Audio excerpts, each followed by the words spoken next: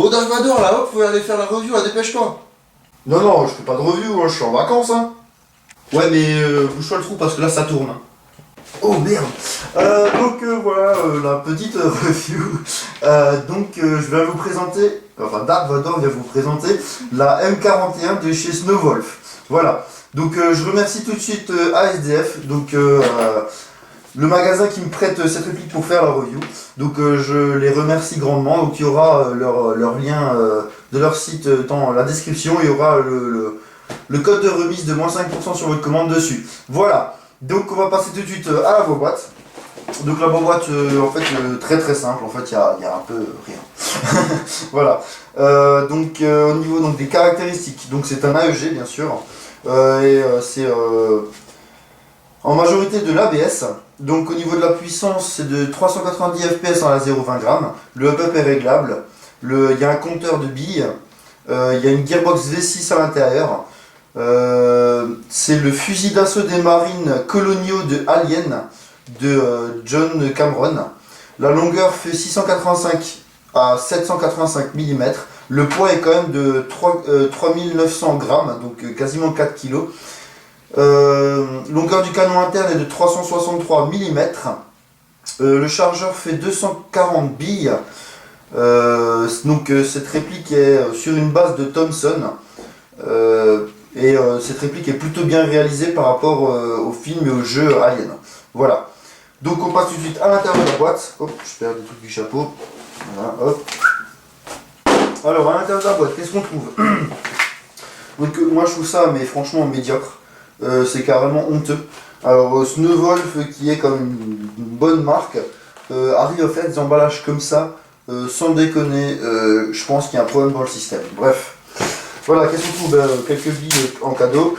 Une batterie de 8,4 volts et 1100 mAh. Là-dedans on avait donc, le chargeur et la batterie. Voilà. Le manuel qui est franchement plutôt très bien illustré. Vraiment très bien. Je trouve ça juste top qu'ils font des photos comme ça. Je pense qu'il y en aurait certains qui devraient recopier l'idée parce que c'est vraiment sympa. Voilà. Hop. Ensuite le chargeur, la touche de débourrage, bien sûr la réplique, le chargeur. Voilà. Donc un emballage franchement très décevant. Voilà. Donc on passe tout de suite à la réplique. Donc hop, là voilà la réplique. Donc on peut voir quand même qu'elle est assez bien réalisée. Hein. Voilà. Hop, tac. Voilà. Donc au niveau donc, de la crosse, donc la crosse est repliable. Ah oui pardon, d'abord le chargeur. Donc pour accéder au chargeur, il faut d'abord enlever ce petit cache. Donc on pince de chaque côté, on l'enlève et on a le chargeur ici. Donc c'est une base Thompson, hein, donc c'est assez simple à enlever. On a la petite tigette juste ici, on lève la tigette et on tire le chargeur. Et le chargeur vient tout seul. Voilà.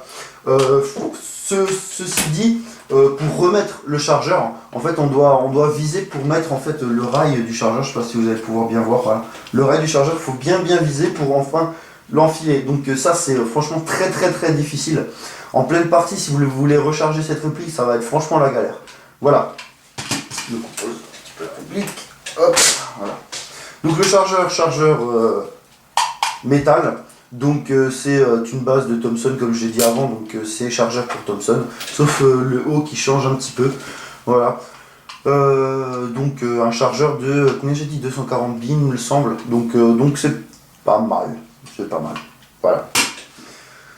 Ensuite, hop, on va remettre le petit cache pour faire sur l'hippo, hein. Voilà. Au niveau de la crosse, donc la crosse est ici, elle est bien évidemment dépliable, donc elle a deux positions. On appuie donc sur le petit bouton ici, on appuie et hop, première position comme ceci, on rappuie, hop, deuxième position comme ceci, voilà. Là elle est au maximum, on rappuie, on la ramène, on rappuie, on la ramène, et voilà. Donc elle coulisse juste ici, je pense que vous avez pu la voir. Voilà. Donc au niveau donc, des sélecteurs de tir, donc encore une fois c'est une base de Thompson, donc en fait c'est le sélecteur de tir et la sécurité c'est du Thompson, donc ici on a la sécurité, donc là je suis en sécurité, on tourne de l'autre côté, on peut tirer, voilà, Et ensuite de l'autre côté, il me semble... Donc là, vers l'arrière, c'est coup par coup. Et vers l'avant, c'est full auto. Voilà, tout simple. Ensuite, pour... Ah oui, la visée inexistante. Ça, c'est juste assez drôle. En fait, on a un petit rail ici, en fait, pour peut-être un petit peu viser, mais il n'y a rien dedans, donc visée inexistante. Donc ça, c'est très décevant. Voilà. Donc niveau... J'ai du mal à voir en fait avec le masque. Rechargement factice, oui. Donc le rechargement factice, lui est ici, hein, comme le Thompson, mais ne sert strictement à rien. Voilà. Au niveau donc du up-up, encore une fois c'est du bass Thompson. Hein. Donc juste ici, hein, on a la petite roulette, hop, ici, là, et on tourne en haut, en bas, enfin, voilà, on règle le up-up quoi. Rien de folichon. Le compteur, oui, le compteur. Donc il y a un compteur de billes, voilà, ici. Donc on a simplement à ouvrir le bas. Donc ici, on a à installer une pile. Et juste de ce côté-là, on a un petit teuteux à bouger. Donc on allume et le compteur s'allume. Voilà. Et il y a affiché 94, il me semble. Ou 99, je sais pas. Attends. Non, il y a affiché rien. Il y a affiché 00 parce qu'il reconnaît qu'il n'y a pas de chargeur. Donc ça, c'est pas mal. C'est un petit gadget. Voilà. Rien de plus. En sachant que en fait le contour s'arrête à 94 ou 99, je sais plus, un des deux. Et vu que notre chargeur est de 240 billes, il va y avoir un petit problème. C'est un peu con, mais bon, enfin voilà, rien de très grave. C'est un peu con, on va dire. Voilà. Donc on va éteindre. Hop. J'ai le chapeau qui se barre. Voilà. Hop, on remet le truc. C'est bon. Donc la majorité en ABS, en fait, en toutes les grosses parties plastiques ici, c'est de l'ABS. Ici, c'est par contre ça, c'est métal. Et bien sûr, le corps Thompson est métal. Donc le fusil à pompe est factice. Donc comme vous allez pouvoir le voir, en fait. Donc ici, hop, on ouvre, on a une douille qui s'affiche, en fait. Enfin, qui est là, mais qui est factice, en fait. Donc ça sert strictement à rien. C'est juste pour coller au réalisme. C'est peut-être un peu dommage, ils auraient peut-être pu faire l'effort de l'avoir fonctionnel. Ça aurait pu être franchement fun. Voilà. Au niveau donc de l'emplacement batterie. L'emplacement batterie donc se trouve à l'avant. Voilà, ici, on ouvre, enfin on tire un peu le capot, on le rotationne, on le tourne. Et ici nous avons l'emplacement de la batterie. Donc la batterie qui est longue, comme ça. Voilà. Après pour simplement refermer, on refait coulisser. Et clac, et c'est bon. Voilà. On n'a pas beaucoup de place par contre pour la batterie, il faut quand même faire assez attention aux batteries qu'on prend. Il faut que prendre des longues comme ça parce qu'il n'y a rien qui passe d'autre. Voilà. Donc au niveau des finitions, les finitions sont plutôt bonnes. Au niveau donc du réalisme, comme j'ai dit avant, la réplique est plutôt pas mal, c'est bien fait. C'est au niveau donc encore une fois de la finition est bonne. Je veux dire, les amateurs du film ou du jeu seront clairement comblés avec cette réplique. Mais en aucun cas, les airsofters seront comblés. J'y viens après, donc voilà.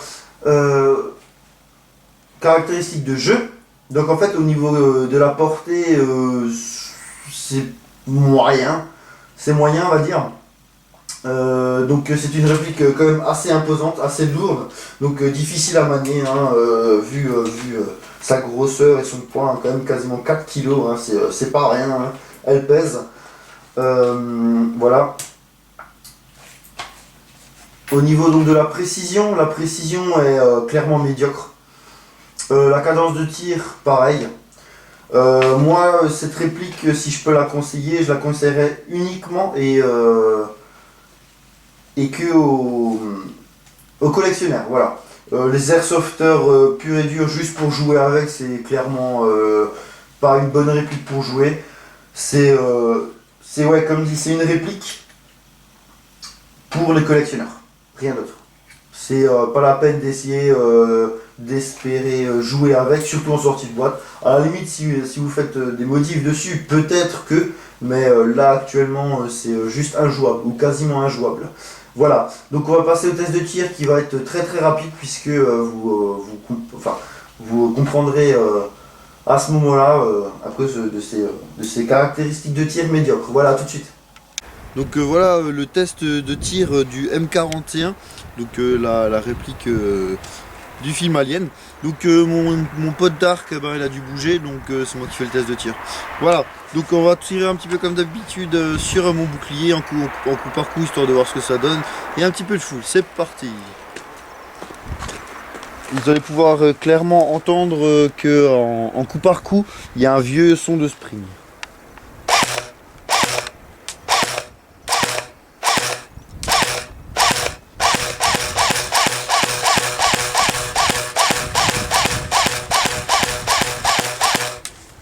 Voilà, donc la réactivité, comme je vous l'ai dit, est très médiocre. En full auto. Oh.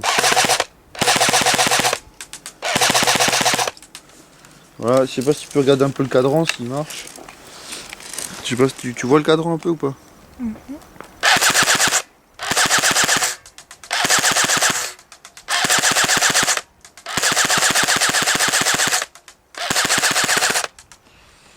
Donc voilà pour le test de tir, c'était très court, mais il n'y a pas grand chose à montrer.